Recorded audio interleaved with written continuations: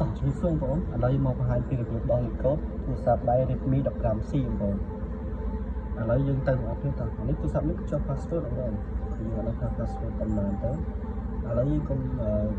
មានច្រើនយើងចូលដល់គ្រឿងយើងដំបូងយើងបិទគ្រឿងបងចុចបិទគ្រឿងទូរស័ព្ទមកអូខេគ្រឿងតមកទៀតគឺយើងចុចប៊ូតុង power និងប៊ូតុងបណ្ដាញលេខបណ្ដាគ្នាណា1 2 3ចុចបណ្ដាគ្នាតមកទៀតបើវាចេញ logo គឺយើងដកដៃមកខាងប៊ូតុងបិទបើកគ្រឿងអូខេវាយកហើយយើងសូមដកដៃខាងនេះខ្ញុំទុកខាងនេះទេអូខេមកលើចុះមកទៅយើងដាក់វាចេញមកស្ទុះទៅយើងកុំឲ្យលេងវាតោះតែវាលោបចេញអក្សរបែបនេះទៅយើងលើប៊ូតុងហ្នឹងតមកទៀតគឺយើងចុចមកដល់កន្លែងលេខនេះកន្លែងលេខមួយដើម្បីមកដល់កន្លែងជា data នេះចុចមកអូខេតមកទៀតយើងចុចប៊ូតុងបិទគ្រឿងមួយតមកទៀតគឺយើងយកខាងក្រោមបងណាប៊ូតុងក្រោមមួយតមកទៀតគឺយើងចុចប៊ូតុង power អូខេប៊ូតុងធ្លាក់លេខមួយទៀត confirm ចុចប៊ូតុង power របស់យើងមកអូខេហើយយើងទុកទូរស័ព្ទយើងនៅស្ទុះហើយជា10នាទីឬក៏3នាទីតាមទូរស័ព្ទឡើងទៅទូរស័ព្ទខ្លះក៏លឿនហើយយឺតទូរស័ព្ទដែលមានបញ្ហា program ខ្លះវានឹងយឺតទុកចោលសិនទៅបង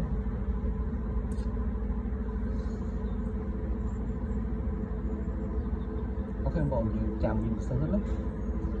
ត្រង់នេះបងអាចខាបានបងភាសាខ្ញុំខ្ជិលអូខេបន្តមកទៀតវាចុចបែបនេះយើងចុច menu ទេបងណាប៊ូតុង power អូខេបន្តមកទៀតគឺយើងចុច power មួយទៀតអូខេ power មួយទៀតអូខេនេះប៊ូតុងនេះបង power បងទុកដល់ពេលណាហើយទុកបន្តិចអូខេមកស្ទុះវាចេញហើយបងចឹងយើងទុកបន្តិចទៅវាចេញមកបងប្អូនកុំភ្លេចជួយ subscribe ផងនេះជា channel YouTube របស់ខ្ញុំ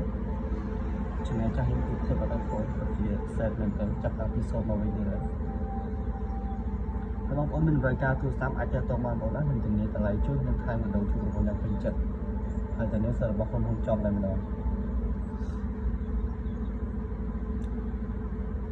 អូខេបងយើងចាំវាតិចទៀតណាក្នុងការរងចាំនេះ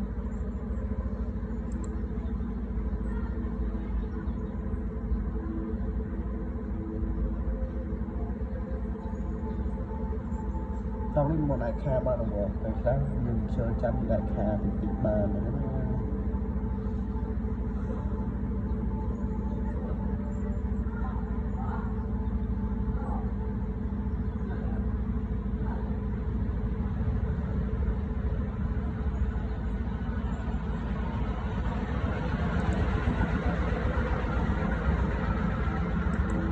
អូខេបងជួយការរងចាំទៅណា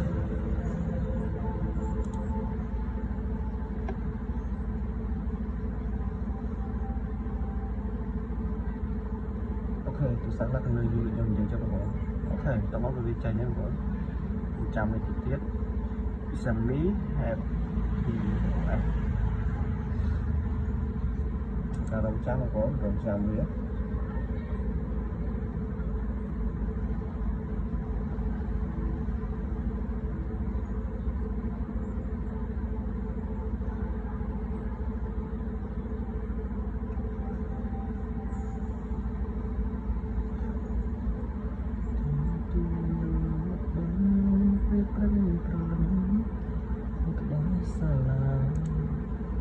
អូខេ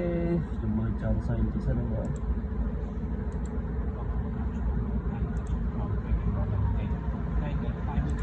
ការរងចាំបងណារងចាំអាចខាបានបង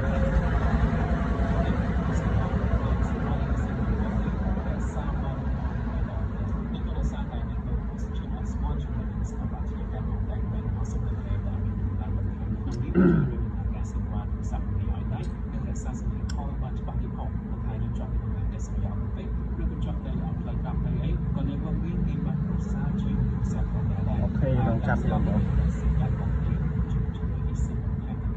We supporting 4G and 5G ហើយខ្ញុំមិនដឹងតែ smartphone ដែល iOS សម្រាប់ 5G ក្នុងនេះទៅនេះក៏នៅតែដំណើរអត្រានៃវិធីយ៉ាងណាចំណុចដែលអ្នកត្រូវដឹងគឺវាមិនជាប់ចំណេះសម្រាប់ខាងការទេសម្រាប់ការបញ្ចូលតាមអ៊ីនធឺណិតក្នុងការជាអត់សម្រាប់អ្វីដែលវាមានវិញ This is not big cross area on the one on the other end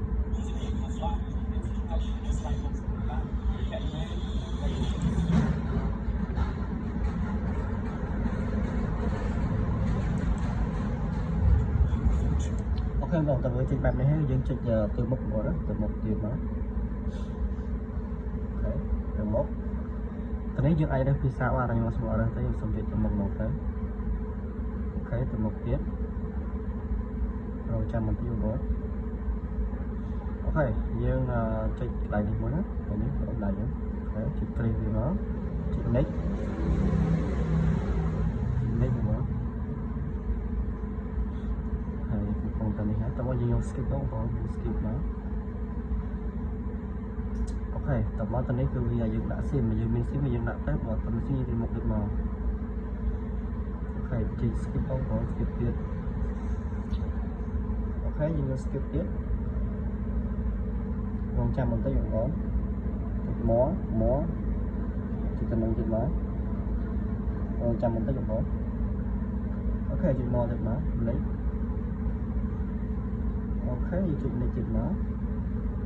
តនេះវាឲ្យយើងរើសកម្មវិធីយើងយើងចង់មានអាប៊ីតុងគីនេះយើងយកខាងនេះមកណាយើងអត់ចង់នឹងយើងមិនដាក់ទេអូខេនេះទៀត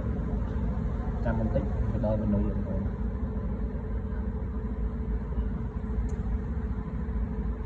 អូខេបងរងចាំបន្តិចទៅណាហើយនេះគឺយើងចេញហើយគឺវាដល់មនុស្សយើងបងយើងចាំវាបន្តិចទៀត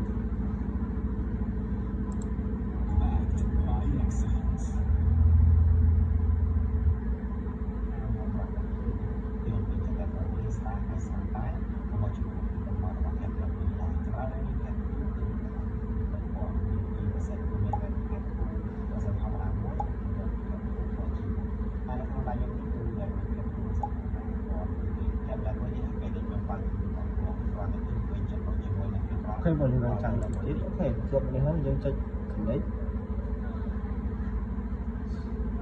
យទៀតបងតិចវាដែរអូខេយើងរងចាំតិចទៀតវាកំពុងដំណើរការ run program នេះបងអូខេលេខកុកយើងដោះដាក់ឯងបងប៉ុណ្្នឹងហើយមានមានន័យបាក់ទៀតទេបងប្អូនមានចង្អុលអីអាចសួរតាមក្រោយបានបងចុចរកខមអីបងខ្ញុំបានទៅដោះឯងបងអូខេបងបាយបាយយើងទៅដល់ក្រោយ